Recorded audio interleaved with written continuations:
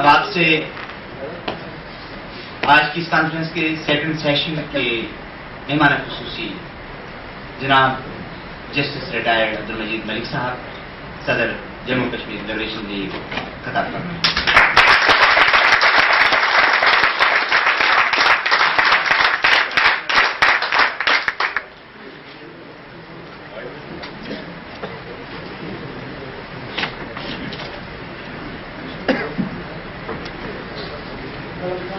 اعوذ باللہ من الشیطان الرجیم بسم اللہ الرحمن الرحیم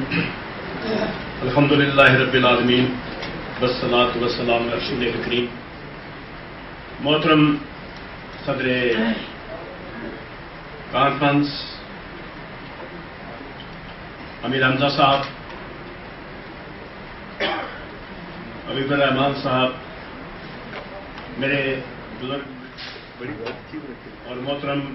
جلال یاد خان صاحب، محترم امان اللہ خان صاحب اور یوسف نسیم صاحب،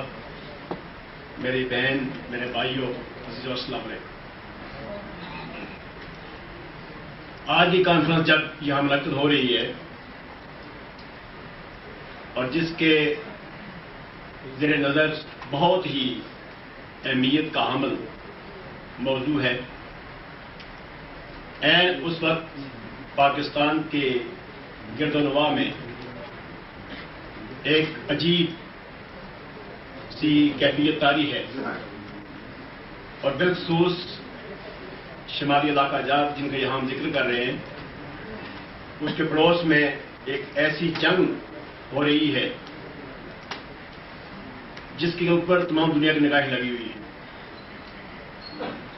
اور پاکستان کے اندر جو سیاسی عدم استحکام کی کیفیت ہے، لا محالہ وہ بھی ہمارے زیر نظر ہونی چاہیے، اور بالخصوص ہماری تحریک آزادی کشمیر جس کا ذکر بڑے درد کے ساتھ یوسف نسیم صاحب نے کیا اور باقی دوستوں نے، وہ تو ہر صورت بہت بڑی اہمیت کی حامل ہے۔ اس تناظر میں جب ہم آج کی کانفرنس کو دیکھتے ہیں تو لا محالہ ہمارے سامنے بڑی الجھنیں بھی ہیں، بڑی رکاوٹیں بھی ہیں۔ بھائی ہمارے دوستوں نے بڑے کھل کر اپنے جذبات کا یہاں پر اظہار کیا۔ افسوس یہ ہے کہ وقت بہت کم تھا، ایسی کانفرنس لی کم از کم 2-3 دن ہونے چاہیے تھے تاکہ ہر ایک دوست سیر حاصل بحث کرتا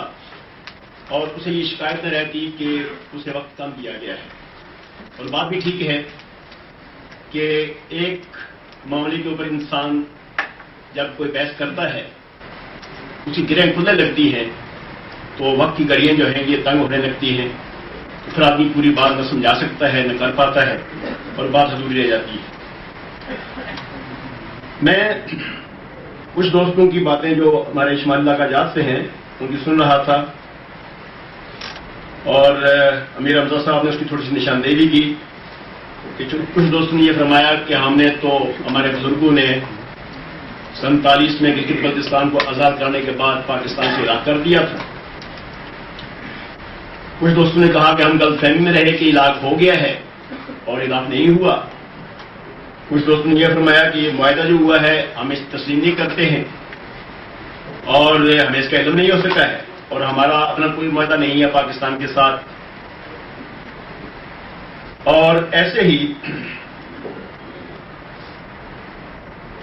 جنرل صاحب نے ماشاء اللہ اپنے انداز میں بڑی اچھی باتیں کی ہیں، اور کچھ تجاویز آئی ہیں جس میں شیر نادر صاحب ایڈوکیٹ جو کراچی سے ہیں انہوں نے بھی اچھی تجویز پیش کی۔ رئیس خان صاحب نے اپنے انداز میں ساری بات کی،